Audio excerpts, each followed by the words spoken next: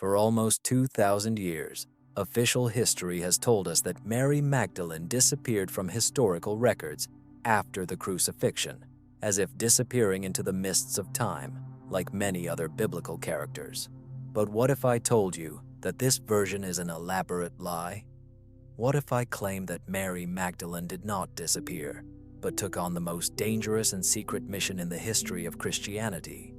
If there were archaeological evidence, medieval documents, and other evidence that would confirm that she organized such a cunning escape route, that she managed to save something that would forever change our understanding of Christianity.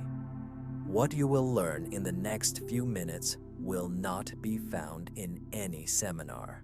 These are revelations extracted from archives that have remained closed for centuries, archaeological research that has been mysteriously suspended, and documents that certain circles would prefer never to see the light of day.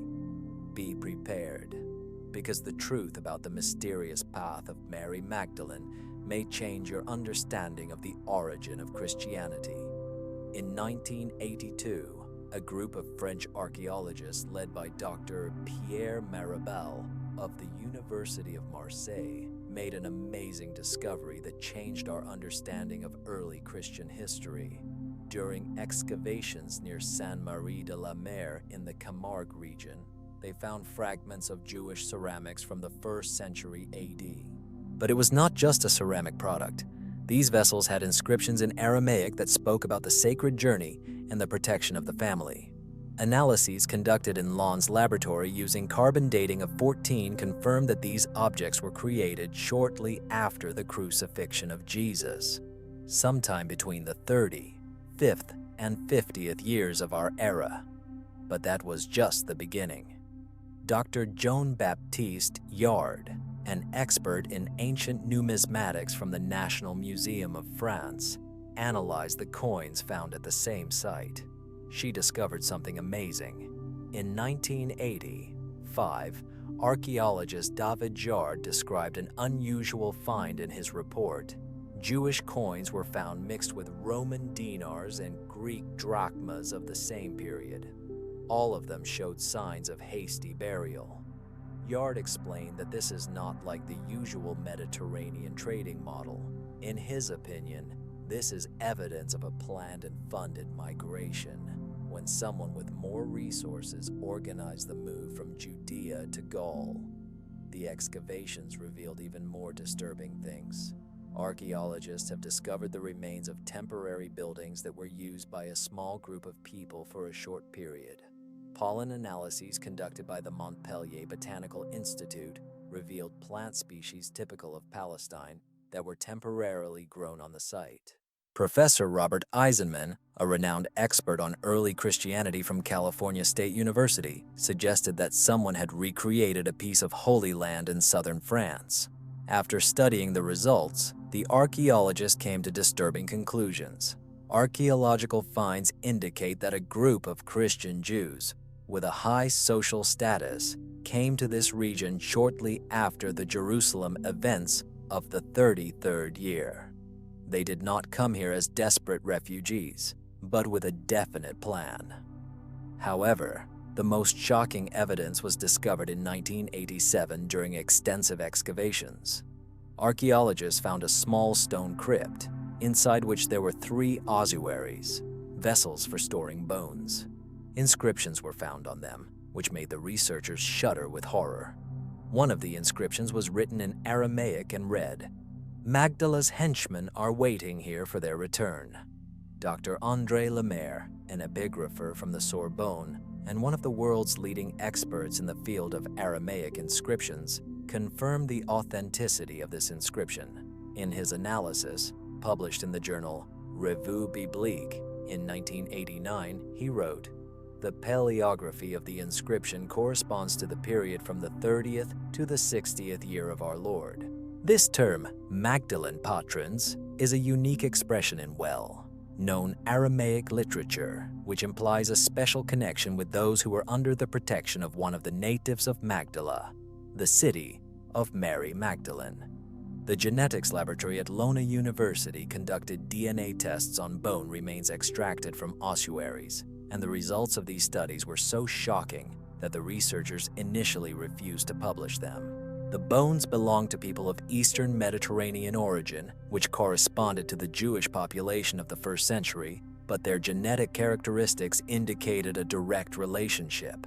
These people weren't ordinary followers. They were a family. Full archaeological information about these discoveries has never been published. Excavations were quietly suspended in 1990 after funding problems, according to internal documents from the French Ministry of Culture. However, some documents have been preserved. In the municipal archives of Saint-Marie-de-la-Mer, there is a secret report by Dr. Maribel, dated March 1989.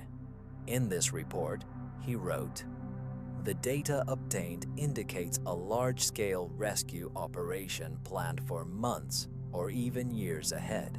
Someone familiar with the Mediterranean trade routes and with access to significant financial resources organized the transportation of valuable people from Judea to this particular area of Gaul."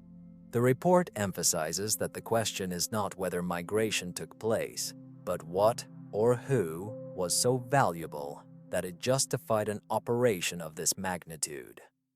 When a team of archaeologists tried to access the Vatican archives to find documents about the first Christians in Gaul, they were faced with an unexpected response.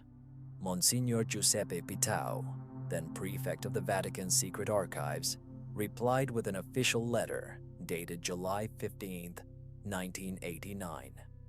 The requested documents are currently under canonical control and cannot be accessed by outside researchers. Even after almost 40 years, this process of canonical revision continues. However, the archaeologists found something that could not be reburied. They found tangible evidence that someone with the resources, planning, and vital mission had organized an escape route from Judea to the south of France immediately after the crucifixion. All the evidence pointed to the woman from Magdala, but that was just the tip of a much deeper conspiracy. The documents confirming the identity of the person who organized this route and what exactly they took with them were hidden in a place where no one would have thought to look, in the archives of the Medieval Library in Marseille. On September 14, 1994, while cataloging medieval manuscripts in the Marseille Municipal Library, paleographer Dr. Sophie Métivier made a discovery that made her doubt everything she knew about the history of Christianity. Among the 11th century scrolls, she found fragments of a much older document, so ancient that its original dating seemed incredible. It was a manuscript in Koine Greek, the language of the New Testament, with an inscription in Aramaic, the translation of which spoke of the testimony of Lazarus of Bethany about the sacred journey of the bearer of the divine blood. Carbon dating analyses conducted at the CNRS GIF-sur-Yvette laboratory allowed us to obtain a date that caused experts to fluctuate between the 80s and 120th years of our era. If the document turned out to be authentic, it would have been written by someone who personally knew the main characters of this story, which is so important to humanity. Dr. Émile Pouet, an expert on ancient manuscripts from the Jerusalem School of Biblical Studies, was invited to verify the authenticity of the document. His findings, published in a limited report in 1995, were devastating. The paleography, ink type, and other aspects of the manuscript testified to its authenticity. The writing style and vocabulary of this document indicate that it was created in the 1st century AD, during the era of the birth of Christianity. Physical studies have confirmed his age. At first glance, the manuscript appears to be authentic, but its contents may be questionable. The researchers named this document the Marcel ML847 manuscript. It is a first-person account of Lazarus, the Lazarus who, according to the Gospels, was resurrected by Jesus. In this narrative, Lazarus describes the journey he took with Mary Magdalene from Palestine to Gaul. It was not just a trip to spread Christianity, it was a real salvation. According to the manuscript, Mary Magdalene did not set out alone. The document says, Magdalene carried in her womb the sacred fruit of the teacher, and with it other fruits already born, in order to preserve the divine seed from those who seek to destroy all traces of its true origin. Professor James Tavare, a renowned expert in this field, confirms, Magdalene carried in her womb the sacred fruit of the teacher, and with it other fruits that had already been born, in order to protect the divine seed from those who would destroy all traces of its true origin. The early Christian text was analyzed in 1998 by a researcher from the University of North Carolina who was amazed by its content. The vocabulary used to describe the origin is unique in early Christian literature. This is not just the result of later theological speculation, but direct evidence of what happened in those distant times. The man who claimed to have witnessed this event left a manuscript detailing the exact route of the journey. According to Lazar, they set off from the port of Joppa, now Tel Aviv, on 3 different ships so as not to attract attention to themselves. The first ship was carrying Mary Magdalene and the Holy Children. The second ship was carrying Mary from Bethany, Martha, and other close followers.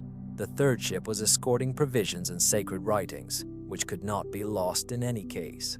However, the most disturbing thing was the description of who financed and organized this operation. Lazarus wrote that Joseph of Arimathea, the one who kept the sacred body, had been preparing for this escape for 2 years. He had connections among Essen merchants who traded from Alexandria to Massalia, modern Marseille. The route was planned as if it were a shipment of precious spices. The manuscript lists specific stops along the way: Alexandria, Crete, Sicily, and finally, the port of Marseille. In every port, they were met by people whom Lazarus calls the Brothers of Light. In his work, Sacred Volcanoes, Dr. Christian Bernard, a renowned French expert on ancient maritime history, examines a mysterious manuscript that contains a detailed description of trade routes used in the Middle Ages. In an analysis published in 2000, Dr. Bernard concludes, the trade routes mentioned in the manuscript are historically accurate for this period. The ports of call correspond exactly to the main Jewish trade routes of the time. It is unlikely that a medieval forger would have been able to achieve such a level of historical detail. However, it is the description of the final destination that reveals the true scale of the operation. According to Lazar, they weren't just heading to the south of France, they already had a specific location prepared. In the land of sacred volcanoes, where hot waters burst from the earth like the blood of the Divine Mother. There, we will build a shelter for the bearers of the family. Lazarus wrote, the sacred volcanoes mentioned in the manuscript probably belong to the Auvergne region in central France, known for its ancient volcanoes and hot springs.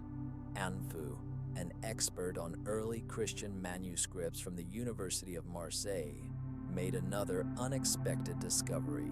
Studying the manuscript under ultraviolet light, he discovered an erased text that contained additional information. In this hidden text, the specific names of the children were mentioned.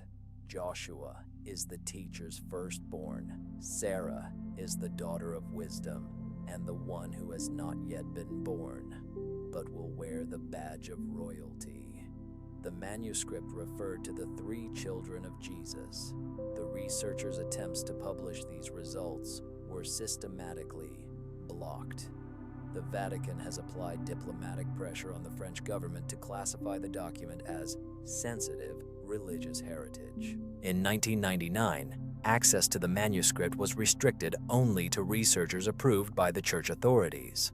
However, photos of the manuscript have already been taken. In 2000, an international group of paleographers led by Professor Michael Wise from the University of Oxford began to study this unique document. Northwestern University conducted an independent analysis of photographs of the manuscript, and the results were published in the academic journal, Journal of Early Christian Studies. According to the report, the document has all the features of an authentic text from the early Christian period. The historical, geographical, and cultural information contained in it fully corresponds to the sources of the first century. If this document is truly authentic, and our research confirms this, then the traditional history of the emergence of Christianity should be completely revised. We live in an era when prophecies are coming true before our eyes, but many of us are still wandering in the dark, immersed in fragmentary truths that have been carefully hidden from humanity for centuries. Think about it. What if exactly what has been removed from the Holy Scriptures contains the answers that you have been searching for years? Answers that can illuminate your path, strengthen your faith, and reveal the true purpose of our parish, Jesus Christ. That's why I've created a unique digital book for you. Why did the apostles hide the most important words of Jesus? This book is not just for reading.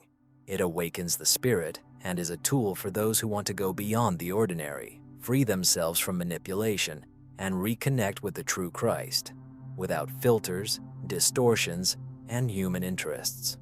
In 1956, when archaeologists continued to excavate the caves of Qumran, where the Dead Sea manuscripts were discovered, Professor Roland Deveau made a discovery that initially went unnoticed. Among the fragments of the text, trade lists, inventories, and trade routes were found, which the Essene community used to finance its activities. These lists, decades later, will reveal the secret infrastructure that made Mary Magdalene's escape possible. One of the first people to notice this was Dr. James Tavore, a researcher at the University of North Carolina. In 2000, Tabor's research was published, in which he analyzed the importance of these business documents. In his work published in the book, The Jesus Dynasty, he explains, the Essenes were not just an ascetic community in the desert. They operated a complex trading network that stretched across the entire eastern Mediterranean.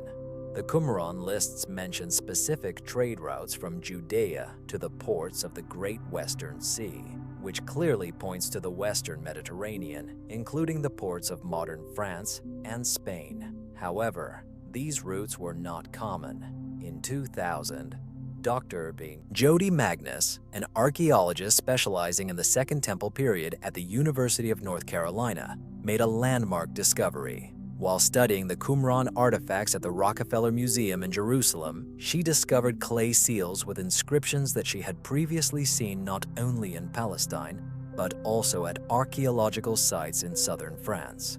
These Essene seals are found at archaeological sites from Qumran to Marseille, explains Magnus in his study of the year 2011.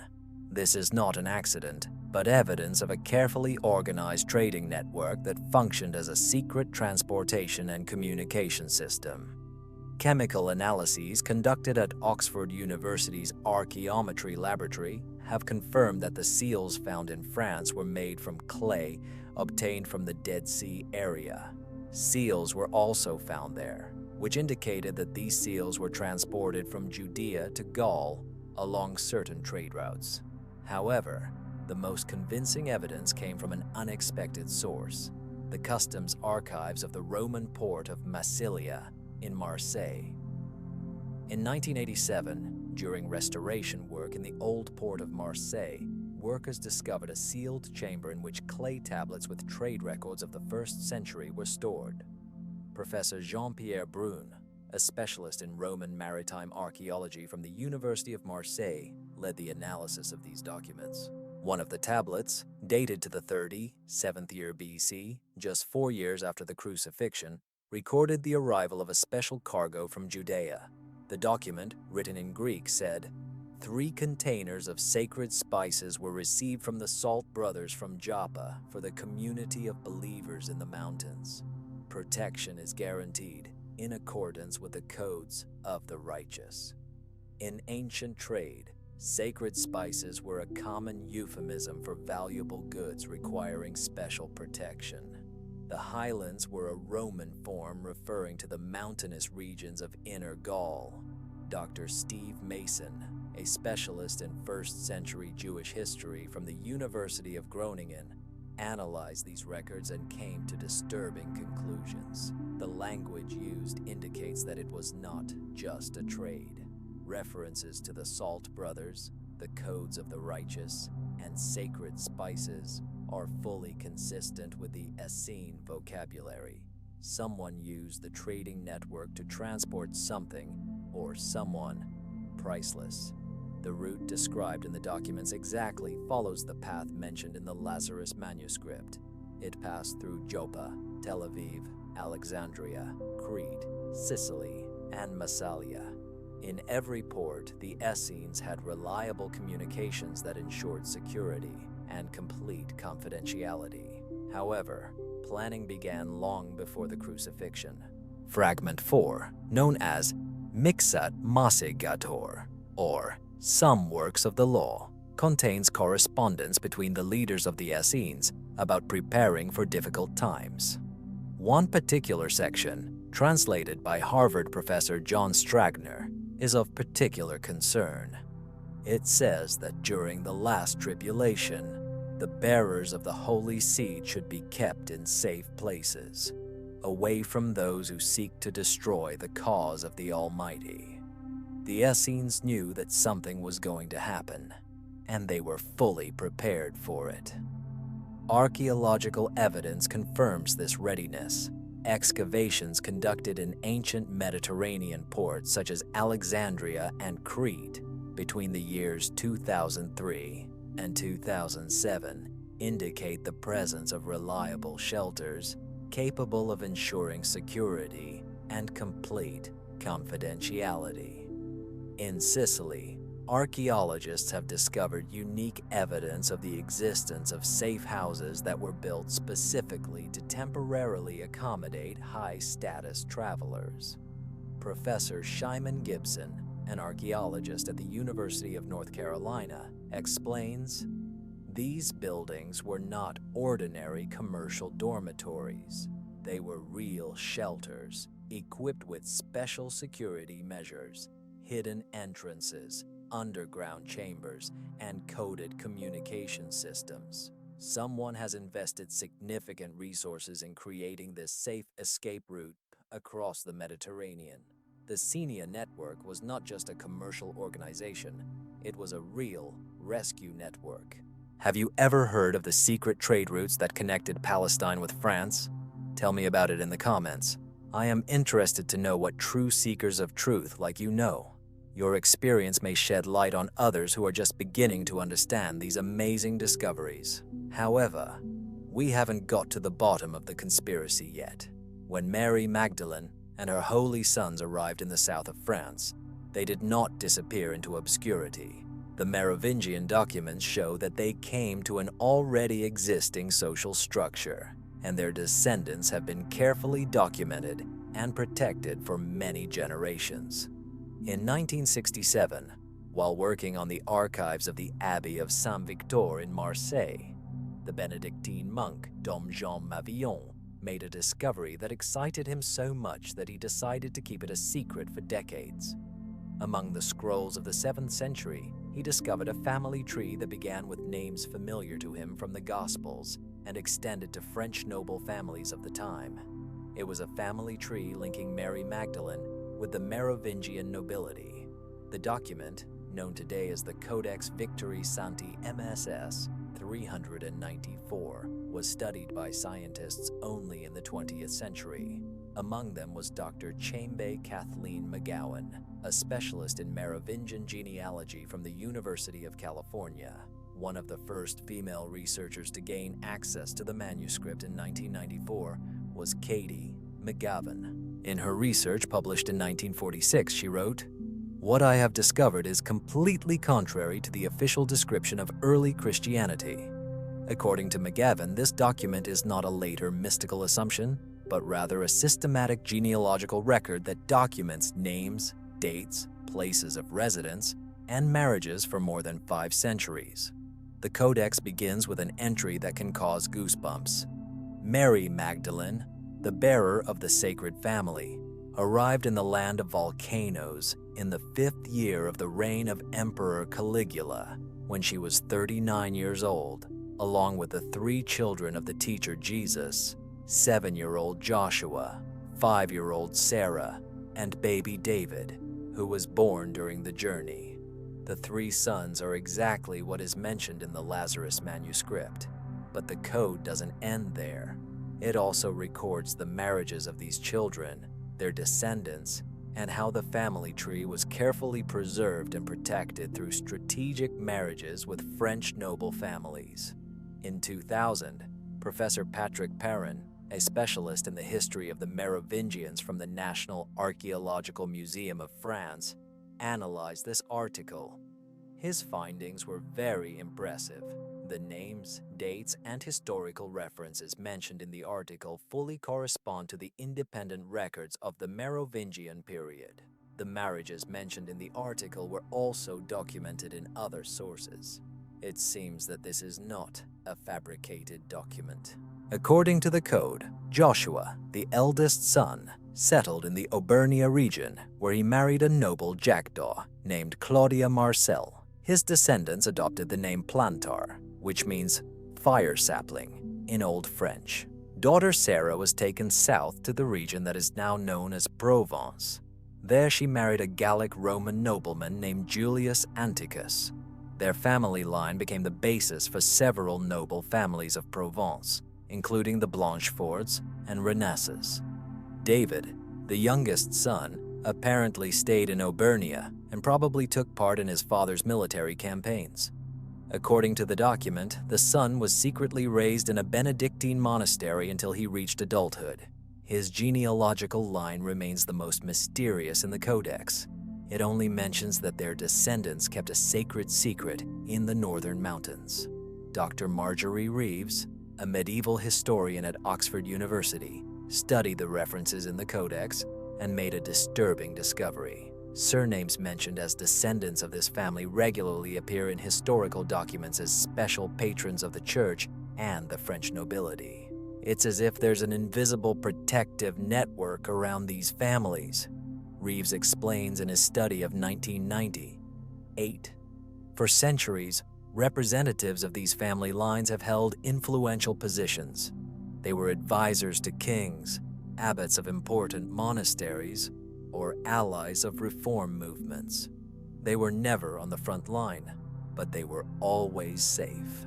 The Codex mentions something even more specific: signs of sacred origin, which made it possible to accurately identify the true descendants. These signs included both physical features and, even more worryingly, secret knowledge passed down from generation to generation. Professor Michel Roquebert, a renowned expert on the history of medieval Languedoc, found references to these signs in the documents of the Inquisition dating back to the 11th century. At that time, inquisitors interrogated representatives of the noble families of the region, trying to find out their secret knowledge about the origin of Christianity. In one of the documents of the Inquisition, dated 1244, the testimony of Pierre de Blancheford is recorded. He claimed that his family descended from those who accompanied Saint Magdalene from the Holy Land, and that they kept secrets about the true origin of Christ that could not be revealed on pain of death. 3 days later, Blanchefort was executed, but her genealogical records were preserved, hidden in monasteries and castles all over France. In 1891, the priest Bérenger Saunière found these records and continued to study them. Scrolls were discovered in the church of Rennes-le-Château, which, according to historical evidence of the time, contain genealogies dating back to apostolic times. Saunière, the priest of this church, never disclosed the full contents of these documents, but his behavior changed significantly after their discovery. Historian Gérard de Sède documented that Saunière began to make huge expenses, He restored the church using expensive materials, built a private library, and maintained correspondence with noble families throughout Europe. All this happened against the background of his modest salary as a village priest, which could not justify such expenses in any way. Where did the money come from? The documents show that Saunier discovered evidence of a sacred origin and received donations from aristocratic families who wanted to keep this secret a secret. Professor Henry Lincoln, a researcher at Rennes-le-Château, analyzed Saunier's correspondence and found letters from French, Austrian, and Italian nobles. In one of the letters, dated 1896, the Comtesse de Chambord wrote, "The documents you found confirm what our family has been keeping for centuries. We are ready to support the preservation of this sacred knowledge." Modern DNA analysis has given these historical records a new, disturbing scientific dimension. In 2000, geneticist Dr. Spencer Wells, director of the National Geographic Genographic Project, conducted a DNA study in populations in the south of France. The results were unexpected. Some families in this region exhibit genetic markers consistent with populations of the Eastern Mediterranean, especially from the Galilee region. According to Wells, it is statistically unlikely that these genetic markers appeared in the French population as a result of normal migration. He suggests that in a certain historical period, there was a purposeful and organized migration of people from the Eastern Mediterranean to this region. The families in which these genetic markers are found correspond exactly to the surnames mentioned in the Sancti Victories Codex: Plantard, Blanchefort, St. Clair, and other noble lines of the region. However, the most disturbing aspect of genealogical research lies in the secret archives that these families have kept for centuries. In 2000, after the death of the last direct descendant of the Blanchefort family, the family archives were donated to the National Library of France. A 10th century manuscript called Liber Sanguinis Sacri, which translates as the Book of the Sacred Blood, was discovered among the documents. This document, written in medieval Latin, contains not only detailed genealogies, but also descriptions of rituals aimed at preserving secret knowledge. One of the sections describes how each new generation had to memorize the hidden words of the teacher, those words that were never included in official documents. Dr. Anne Brennan, a specialist in medieval religious history from CNRS, studied this document and was amazed. She discovered that these families not only believed in their sacred origins, but also maintained certain oral traditions that they claimed came directly from the unregistered teachings of Jesus, transmitted through Mary Magdalene. If these revelations touch your heart, I invite you to join our exclusive membership club. Here you will find a brotherhood of seekers who, like you, disagree with incomplete truths. Become a member right now.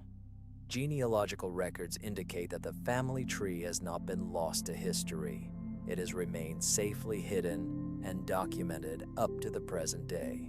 But to understand how they managed to keep this secret for almost 2,000 years, we must explore the last refuge where they founded their sanctuary, a place where archaeological mystery is intertwined with early Christian symbolism.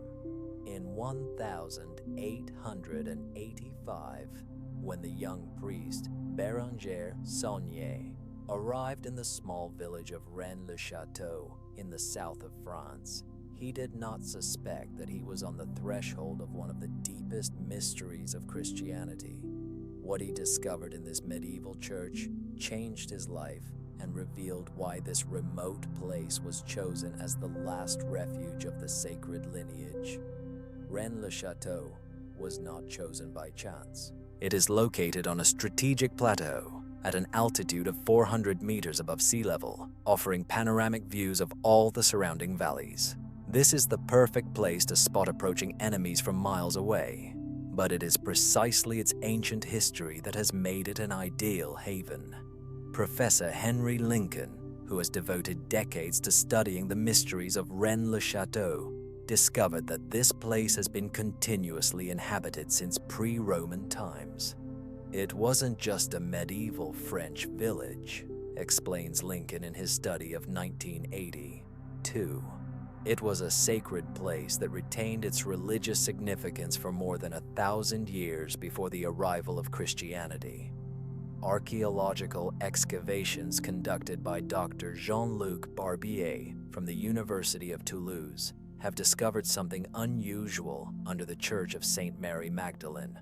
Using radar penetrating underground, the team discovered a complex network of underground chambers that extends far beyond the visible foundations of the church.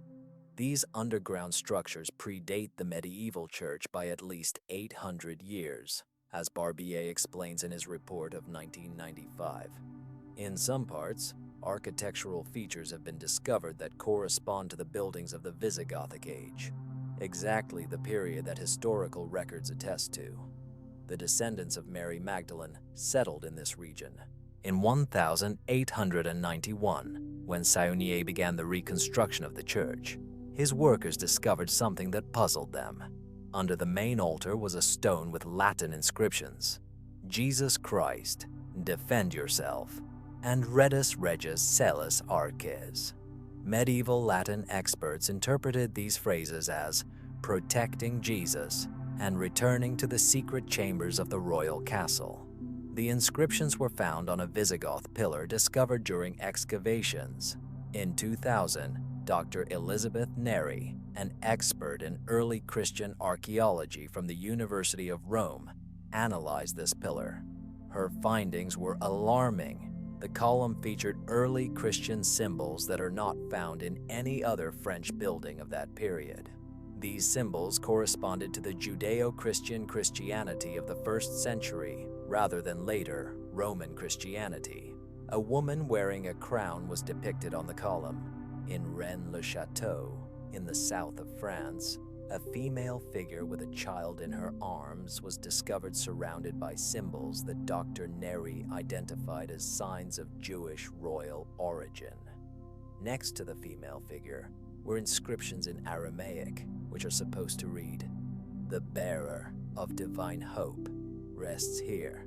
Some historians believe that this figure may represent Mary Magdalene, who, according to legend, was buried in Rennes-le-Château.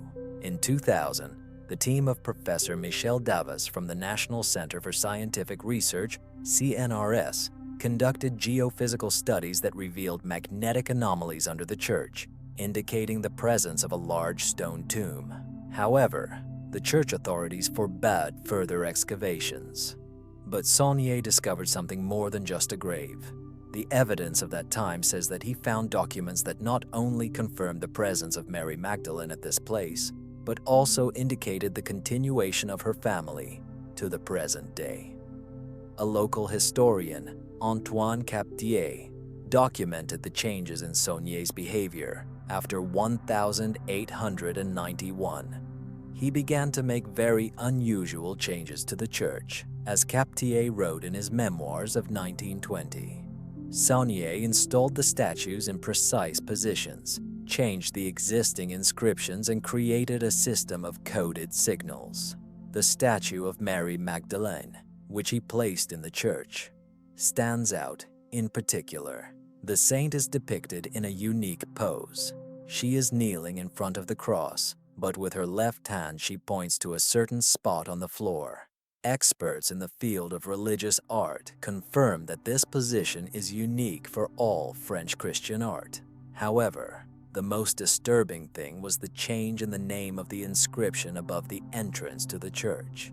Instead of the traditional, "This is the house of God," he wrote, "Terribile est locus iste." Is this place terrible, or does it inspire sacred reverence? Why would a Catholic priest call his own church a terrible place? The answer to this question may be hidden in documents that Saunier has never fully disclosed. Letters from that time indicate that Saunier not only discovered evidence of the existence of Mary Magdalene, but also found out the exact burial place of her remains and those of her direct descendants.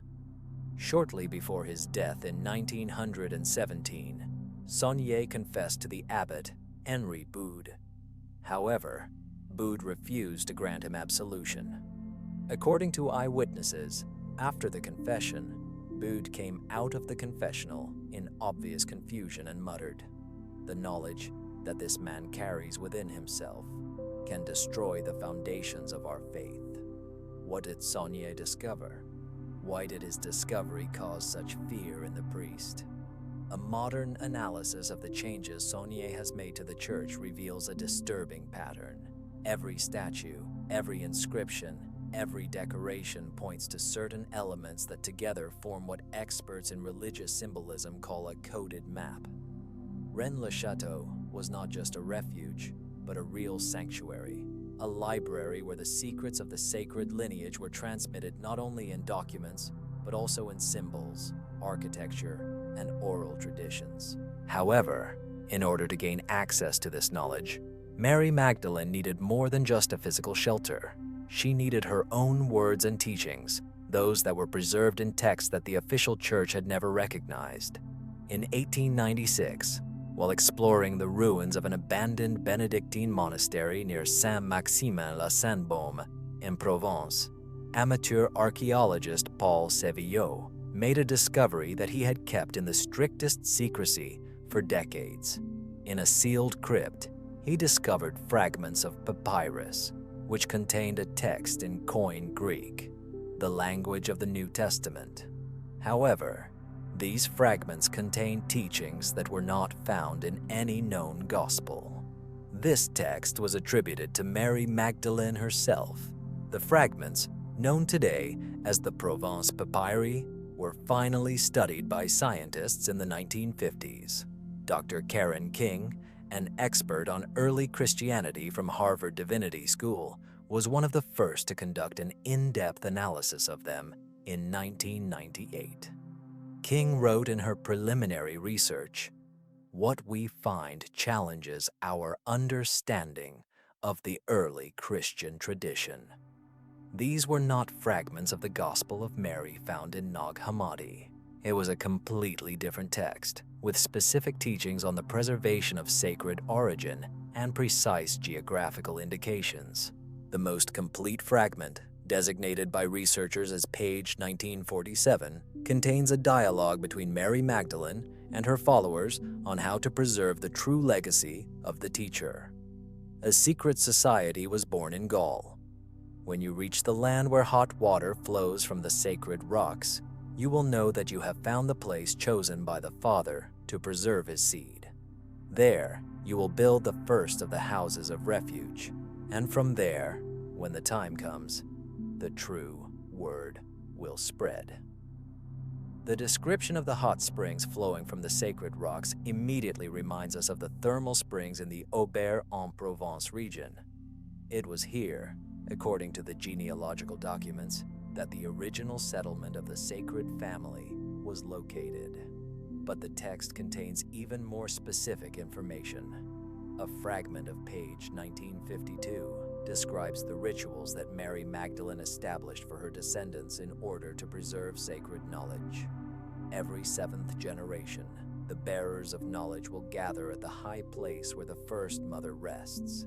There they will renew their sacred vows and pass on the hidden words that the teacher entrusted only to the one he loved the most.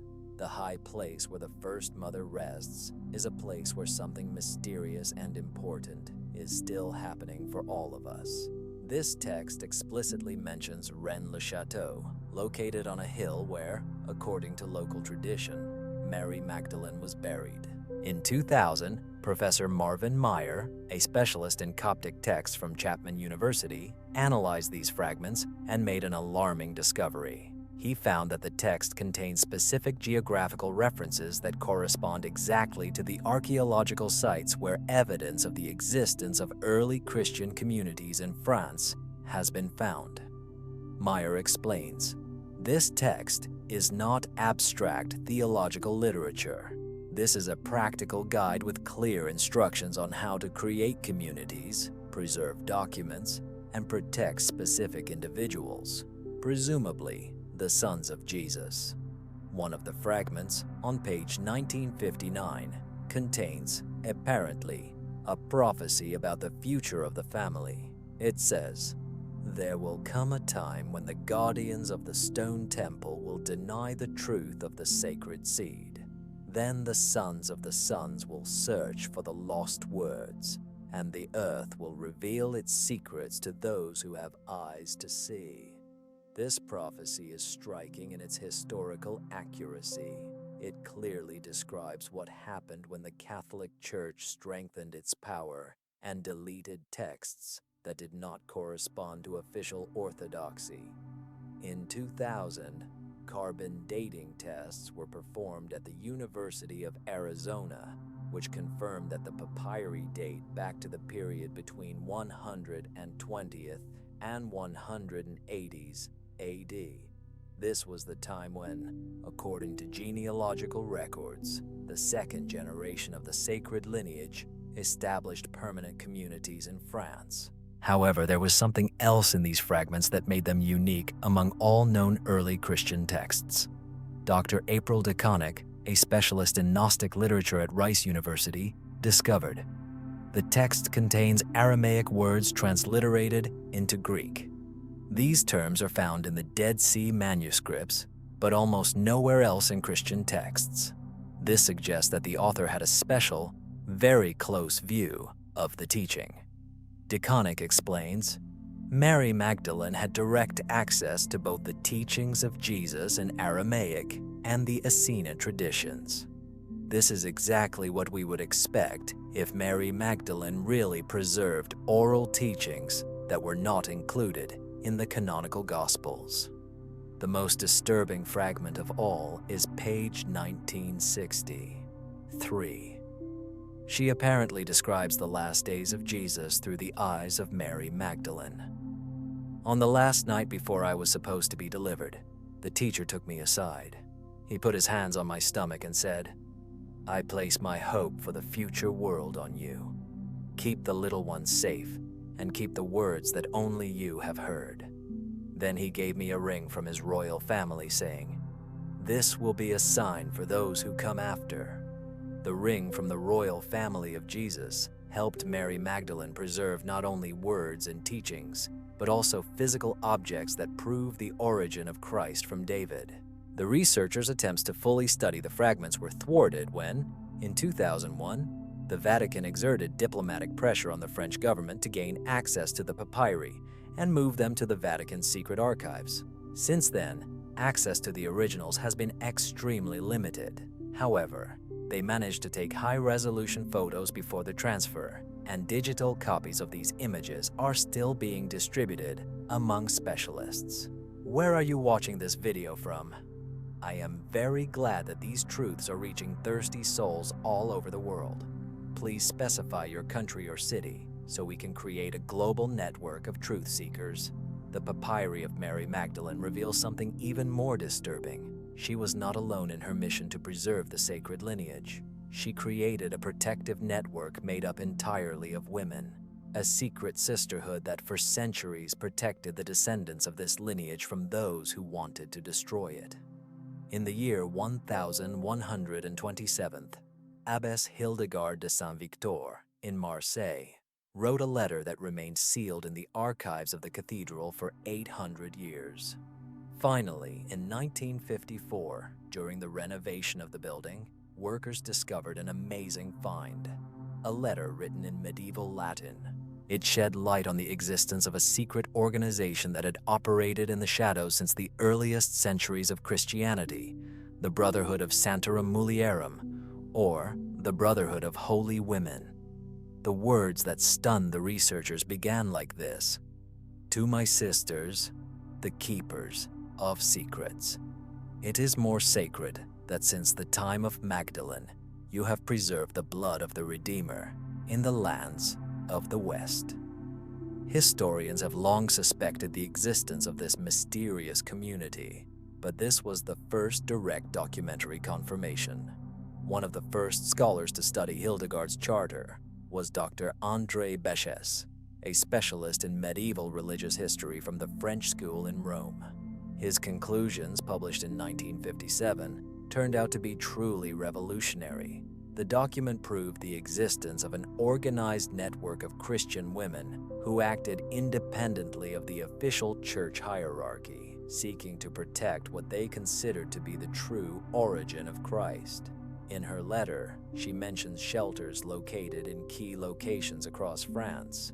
Each of them was headed by a female caretaker who swore to keep a secret until her death, and even after it.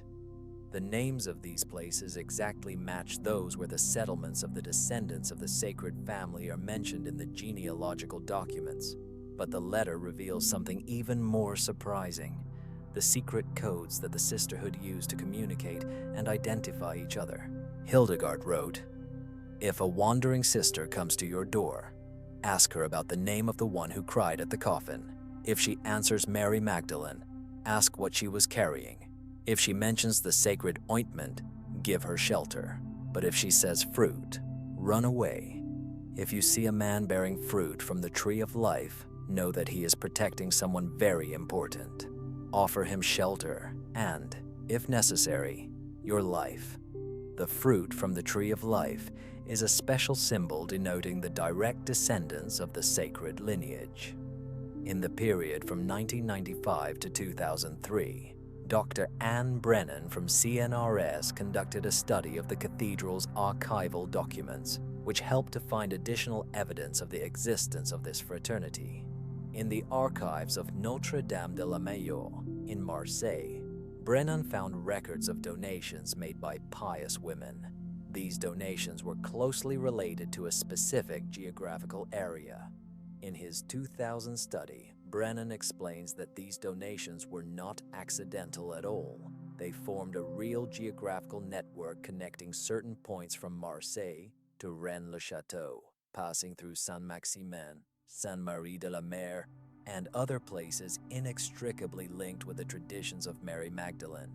It was as if these women were financing a communications and security network. Records show that such donations lasted for more than 1,000 years, from the beginning of our era to the 15th century. They were always made by women who bore the titles of guardians of the true faith or defenders of the innocent. However, the most disturbing evidence of the Brotherhood's activities was found in the archives of the Inquisition.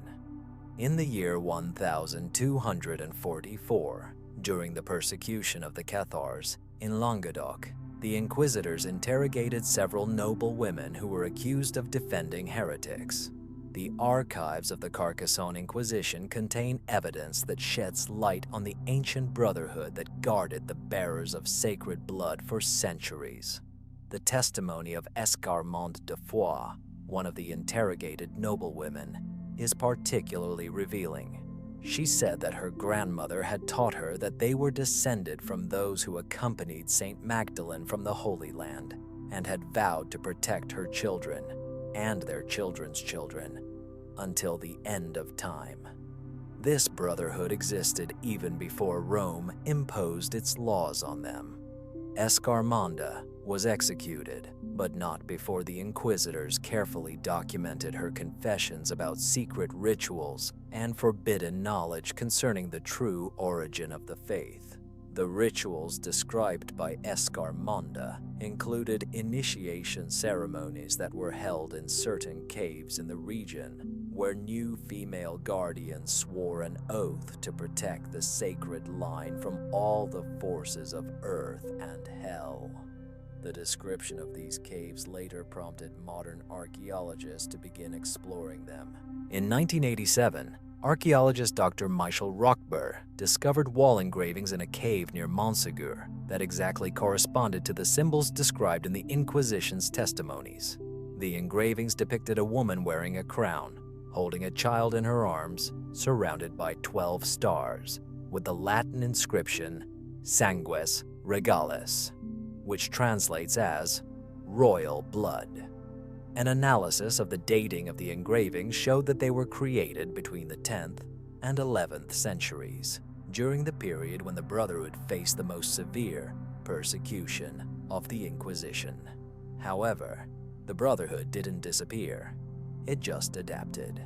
Professor Patrick Perrin's research on French noble genealogies demonstrates that many aristocratic families retained certain matrilineal traditions up to the 18th century.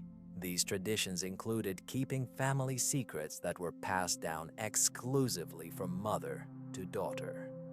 It was a unique example of European nobility, as Perrin explains. While in most families traditions were passed down through the paternal line, these special families, many of whom lived in regions associated with Mary Magdalene, kept exclusively female secret teachings. After the death of the last descendants of some of these families, their archives were transferred to the National Library of France. These archives contain explicit references to the secret brotherhood of the ancestors and vows of protection that date back to the time of the first female guardian. In a private letter of 1789, written by Countess Marie-Claire de Saint-Clair to her daughter, it says, "Times are changing, my dear, but our vow remains. We are the lost keepers of a secret that can change the world. If anything happens to me, look for our sisters in Rennes. They know what to do." Have you ever felt that the true story of the first Christian women and their role in preserving the original teachings are being hidden from you?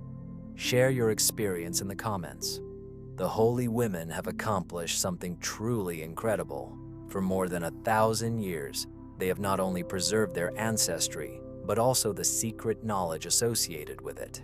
However, when the threat of total destruction loomed over their organization in the Middle Ages, they made a desperate decision to entrust the protection of their secrets to a new organization with military and economic might. This organization, which will change the history of Europe, is the Templar Order. On November 27, 1095, when Pope Urban II launched the First Crusade after the Council of Clermont, he did not even suspect that he was launching a chain of events that would lead to the disclosure of the most dangerous secret of Christianity. 24 years later, in the year 1119, 9 French knights founded the Templar Order with a seemingly simple mission: to protect Christian pilgrims in the Holy Land. However, documents discovered in the 20th century show they had a much more secret purpose. They were looking for something specific under the Temple of Solomon. In 1994, Dr. Malcolm Barber, a renowned expert on the history of the Templars from the University of Reading, gained access to previously classified documents from the Templar archives in France.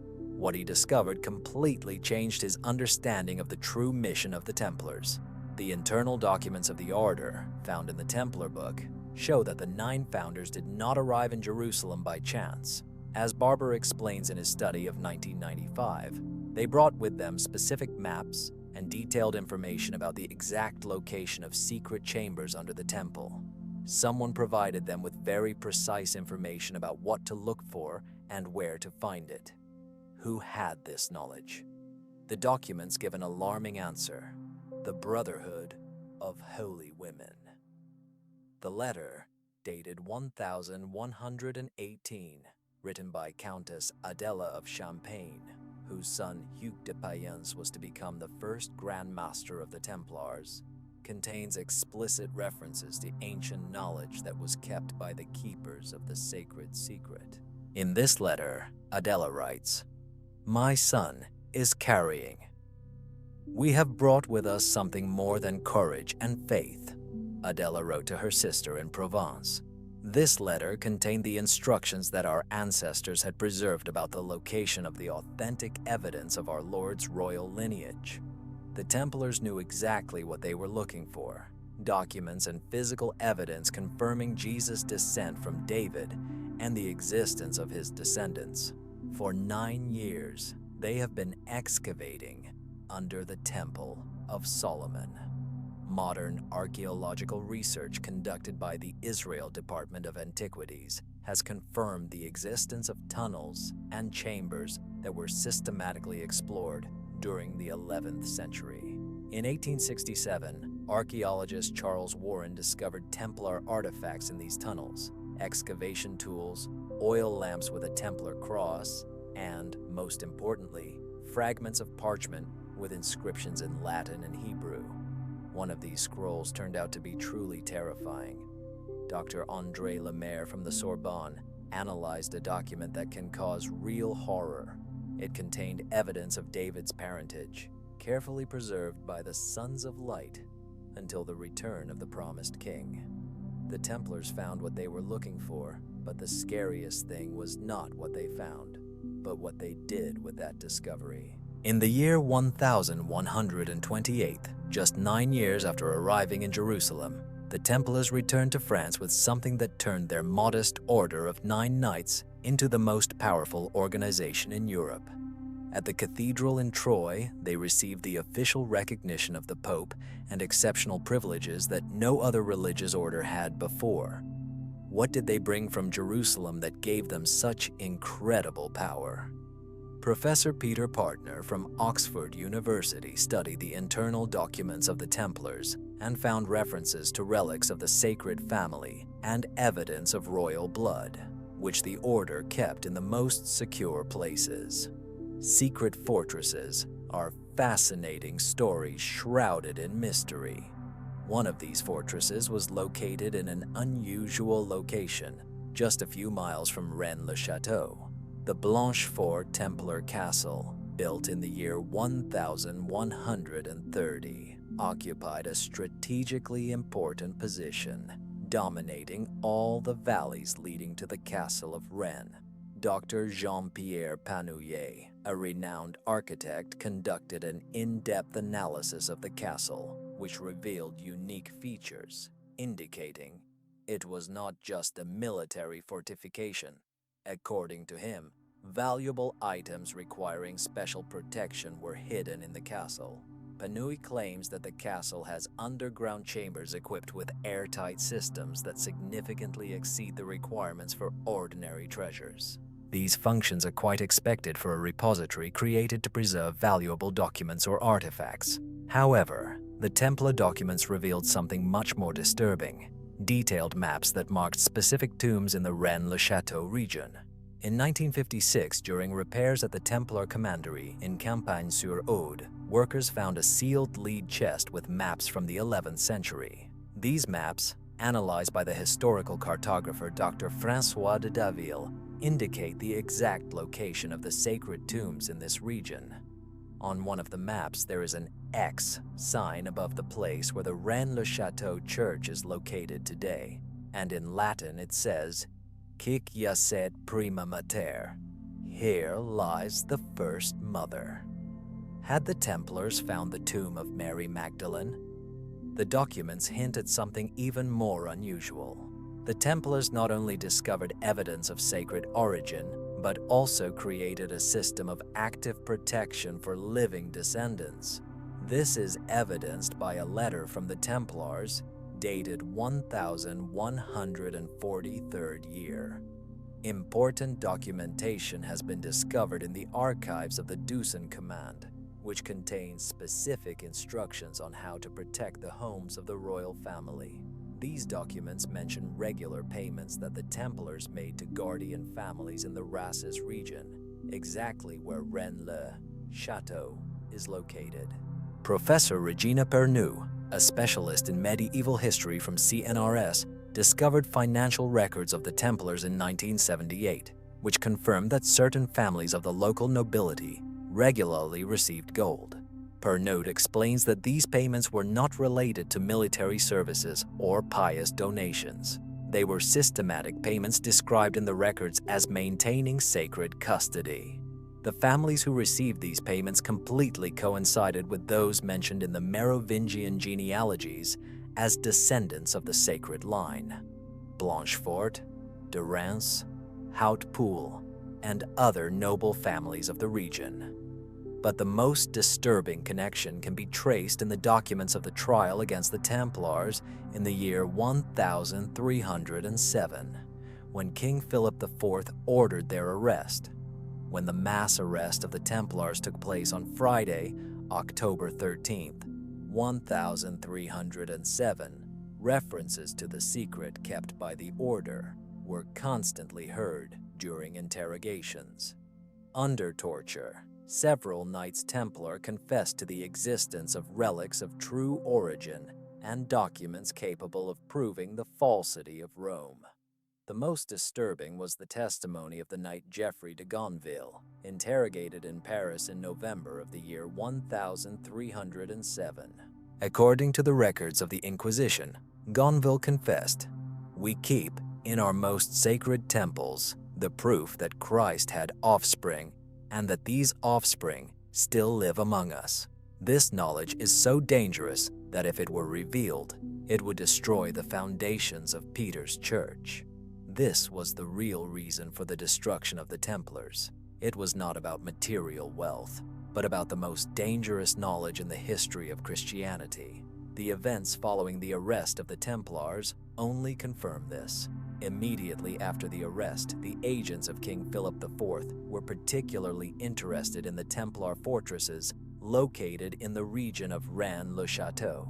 Official documents show these fortresses were completely emptied, but it was never revealed what exactly was found inside.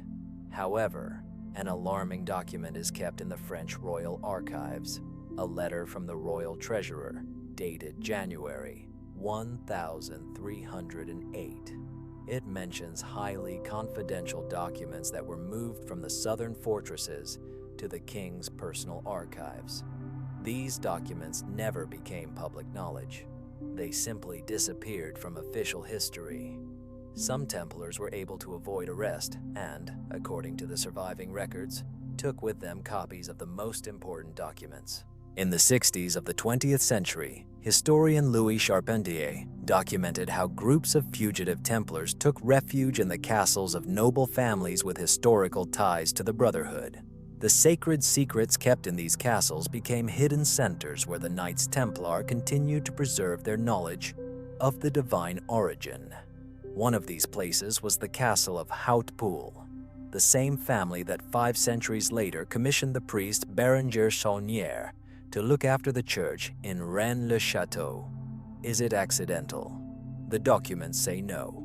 In 1780, Marquise Marie de Negri d'Abledol wrote her last letter to her confessor, with specific instructions about the great secret that her family had kept since the time of the Knights Templar. The letter stated that this secret should be passed on to the next priest to be appointed at Rennes-le-Château. Berenger Saunière became this priest. The destruction of the Templar order did not erase the memory of the sacred lineage. It only hid it in the shadow of history. However, in the 20th century, when modern archaeologists began to explore sites associated with this era, they encountered an alarming pattern. Excavations were mysteriously suspended, and the discovered finds and evidence disappeared before they could get into scientific circulation. In 1956, archaeologist Pierre de Roussillac received official permission from the French Ministry of Culture to conduct systematic excavations at Rennes-le-Château. This was the first licensed professional study at the site, and its initial results were so unusual that the project was abruptly suspended after just 6 months. Budget problems were officially announced, but internal documents found decades later revealed a completely different reality. De Roussillac discovered something that forced the authorities to step in. Information about the excavations was deemed too dangerous to make public. Preliminary reports kept at the University of Montpellier described the discovery of a stone crypt under the church.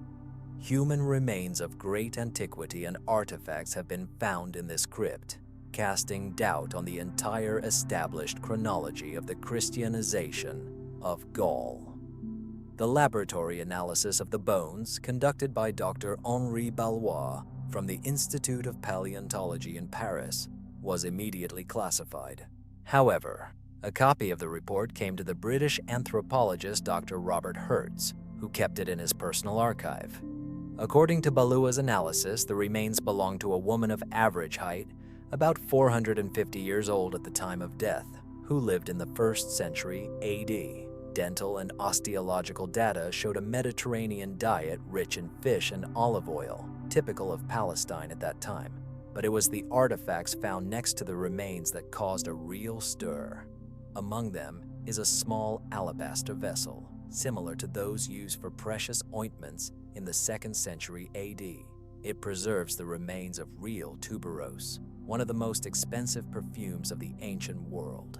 In the Gospels, it was Mary Magdalene who anointed Jesus with tuberose. They also found a gold ring with an Aramaic inscription, "Beloved of the Son of David." Dr. André Lemaire, a specialist in ancient epigraphy from the Sorbonne, secretly examined the ring and confirmed that the inscription dates back to the period of the Second Temple. This is exactly what we expect to see on a personal object of a person close to Jesus, he wrote in a confidential report from 1957. But the most disturbing thing turned out to be a small ossuary, a vessel for bones, which contained the remains of a child of about 2 years old. In the 1st century, a tragedy occurred in Pisade de Christ.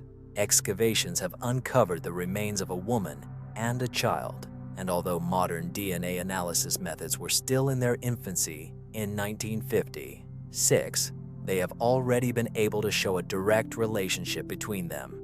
2 days after the transfer of the results to the Ministry of Culture, the excavations were suspended indefinitely. Dr. de Roussillac tried to challenge the decision but received an official response that left him speechless. Archaeological finds at this site are recognized as important for the social and religious stability of the Republic, and any continuation of work or publication without special permission will be regarded as a threat to state interests. The artifacts were transferred to the National Archives with a restricted access stamp for reasons of national security. This was far from the only case when excavations in the region were suspended for the same reasons. In the south of France, ancient rituals were regularly held in places associated with the traditions of Mary Magdalene, but they were either suspended or severely restricted in the 20th century. In 1962, excavations at Saint-Maximin-la-Sainte-Baume, where, according to official tradition, the tomb of Mary Magdalene is located, were suspended. Archaeologists have found irrefutable evidence that the remains revered as saints there actually date back to the 11th century, not the 1st century. Dr. Michel Fixot, who led the excavations, wrote in his final report that the remains, which are currently revered as belonging to Saint Mary Magdalene, were most likely placed there in the Middle Ages, specifically to create a large pilgrimage center. The real remains, if they have been preserved at all, are in a completely different place, and Fixot has developed a theory based entirely on archaeological evidence. However, he was never allowed to officially publish this theory. In 1971, during excavations at Sainte-Marie-de-la-Mer, where, according to legend, Mary Magdalene first set foot on French soil, burial structures were discovered from the very beginning of our era with inscriptions in Aramaic. The excavation was stopped exactly 3 weeks later. Further work became impossible due to sudden, technical problems. These problems included the unexpected appearance of employees of the Ministry of Internal Affairs, who seized all the finds under the pretext of a security analysis. A similar story was repeated in the 80s of the 20th century at the excavations in Lama, near Sansmy. There, archaeologist Dr. Luc Long discovered convincing evidence of a 1st century Jewish necropolis. A preliminary analysis of the funerary inscriptions suggested that Jews of very high social status who arrived in France shortly after the destruction of Jerusalem in the 70th year of our Lord were buried here. One of the inscriptions, in Aramaic and Greek, read, "Here lie those who followed the bearer of the holy anointing from the land of our fathers." Exactly 1 week after this discovery, excavations were suspended. Dr. Long tried to keep at least copies of his findings, but his laboratory at the University of Marseille soon accidentally burned down. During a severe storm, the entire area was flooded, and this led to the irretrievable loss of many years of archaeological research. As archaeologist Dr. Jean-Pierre Brun quite rightly noted at a scientific conference in 1995, it is statistically impossible for such a large number of excavations related to early Christianity in France to be interrupted solely for technical or accidental reasons. There is a deliberate, carefully thought-out scheme to suppress any evidence that does not fit into the official historical narrative. Your likes are a way of telling me that you truly appreciate my research, which takes many months of hard work to complete. Every like motivates me to continue to reveal the truths that others are even afraid to touch. Your support is truly crucial to ensure that this knowledge reaches more souls who are in dire need of awakening. However, the deliberate destruction of archaeological evidence raises an extremely troubling issue. If the authorities tried so hard to hide the traces of sacred origin, doesn't this mean that today the descendants still don't have the right to know the truth? Do these descendants really exist? And what happens if the modern world suddenly learns the truth about Mary Magdalene's living, still existing legacy? In 2000, geneticist Dr. Sarah Tishkoff from the University of Pennsylvania published a study that almost did not attract the attention of the scientific community, although it had enormous consequences for understanding modern Christianity.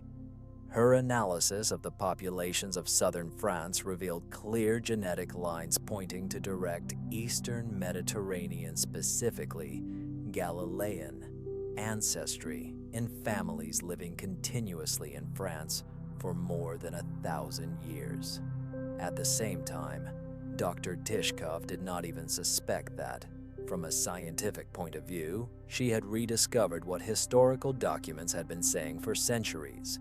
The genealogy of Jesus was preserved and continues to exist in modern families.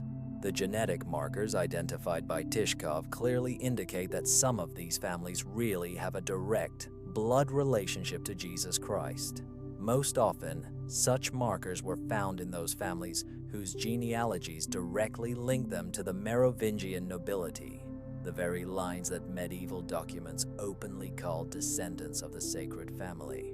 However, when Tishkoff tried to expand her research and study these genealogical connections in more detail, her funding was suddenly stopped. The official reason was announced as budget restructuring, but a few years later, internal letters from the university appeared on the internet, clearly showing that serious pressure was being exerted on the administration by influential religious organizations with the sole purpose of stopping research. What was so threatening about them?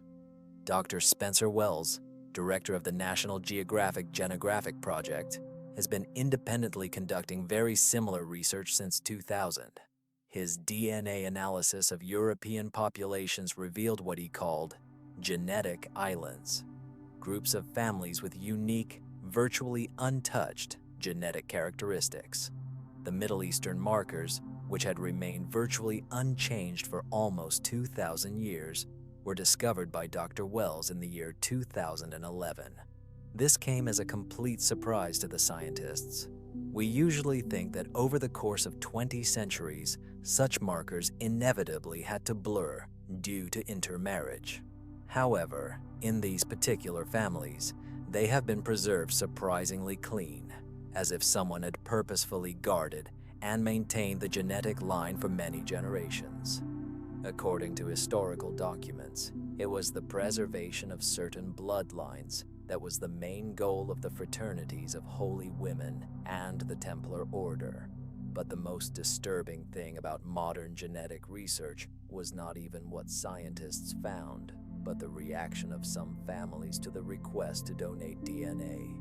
In 1912, genealogists working on the Families Project were literally shocked by how resolutely some people refused to participate in the program. When the researchers tried to contact the descendants of families historically associated with Merovingian genealogy, they received a polite but firm refusal. Jean-Claude de Blanche, the last known direct descendant of the noble Blanchefort family, wrote a letter to the researchers, and it was this letter that later became the key to this whole story. For generations, our family has not been involved in investigations that could reveal information that we prefer to keep secret. This decision was based on family traditions that go back centuries. What kind of family traditions can be so significant that entire families refuse to participate in scientific genealogical research? The answer can be found in family documents that were transferred to public archives only after the death of their last keepers. In 1915, after the death of Maria Theresa de Hautpoul, the last of the family that had kept the secrets of Rennes Castle for centuries, her personal archives were donated to the National Library of France. Among the documents were letters that testified to the existence of a modern network of families that continue to protect ancient knowledge. In a letter written by Maria Theresa to her niece in 1987, she explained, "We are the last keepers of the secret that our ancestors cherished. They swore to protect this secret until the end of time. This is not only about historical knowledge, but also about living people, whose safety may be at risk if the truth becomes known too early. The descendants of the sacred lineage still exist and actively defend their rights." The Hautpoul documents contain clear references to family meetings that took place every 7 years. These meetings are described in fragments of the Gospel of Mary Magdalene, where representatives of the guardian families gathered together to renew the vows of their ancestors. The last of these meetings was recorded in 1994 at an unknown location in the south of France. Among the participants were representatives of the families of Saint-Cloud, Plantar, Darren, and other lines historically associated with the sacred line. However, the most disturbing evidence of a living legacy comes from a completely unexpected source: records of private adoptions conducted by some Catholic organizations in the 20th century. In the 20th century, some Catholic organizations engaged in private adoptions. Researcher Patricia Haysmith, a genealogist studying the archives of Catholic orphanages in France, discovered an alarming pattern. She found out that some of the children, who were mentioned in the records only by their initials, had been adopted by specific families, bypassing official adoption channels. These children had common features. They were all found in or near places associated with the traditions of Mary Magdalene. In addition, they had similar physical characteristics. Haysmith suggests that there is a parallel system designed to identify and protect children with special qualities. The records were intentionally hidden, but the discovered pattern is too consistent to be ignored. Perhaps it was a continuation of the ancient protective network created by the Brotherhood of Holy Women. The answer to this question may lie in modern events, which indicate that knowledge about sacred origins is gradually emerging from the shadows, despite centuries of secrecy. In the year 2017, Pope Francis made public statements that many experts considered unusual. During the general audiences, he said, "The Church must be prepared for revelations that can change our understanding of the origins of our faith. The truth always wins, even when it's inconvenient." Has the Vatican prepared the world for revelations about sacred origins? Recent events indicate that a 1,000-year-old secret may be nearing its end. Archaeological research is uncovering new evidence that is becoming increasingly difficult to ignore. Genetic research confirms historical connections that were previously considered legendary, as well as the existence of guardian families. People who want to remain silent grow old without heirs. The legacy of Mary Magdalene, carefully preserved for almost 2,000 years, may be about to be revealed to the world. This legacy, protected by a network stretching from early Christian women to modern aristocratic families, has the potential to forever change our understanding of not only Christianity, but also human history itself. The forbidden route used by Mary Magdalene to save the Holy Family was not just a physical journey from Palestine to France, it was the creation of a protective network that survived persecution, inquisition, world wars, and revolutions to preserve the most important truth in human history. Jesus of Nazareth had descendants, and these descendants live among us today. Don't miss the next video where we will continue to reveal these truths. For centuries, this knowledge remained hidden. If you really want to learn more, consider joining us as a member. The Guardians of Truth already have access to information that we can never disclose publicly. Thank you for watching this video. See you soon in the next one.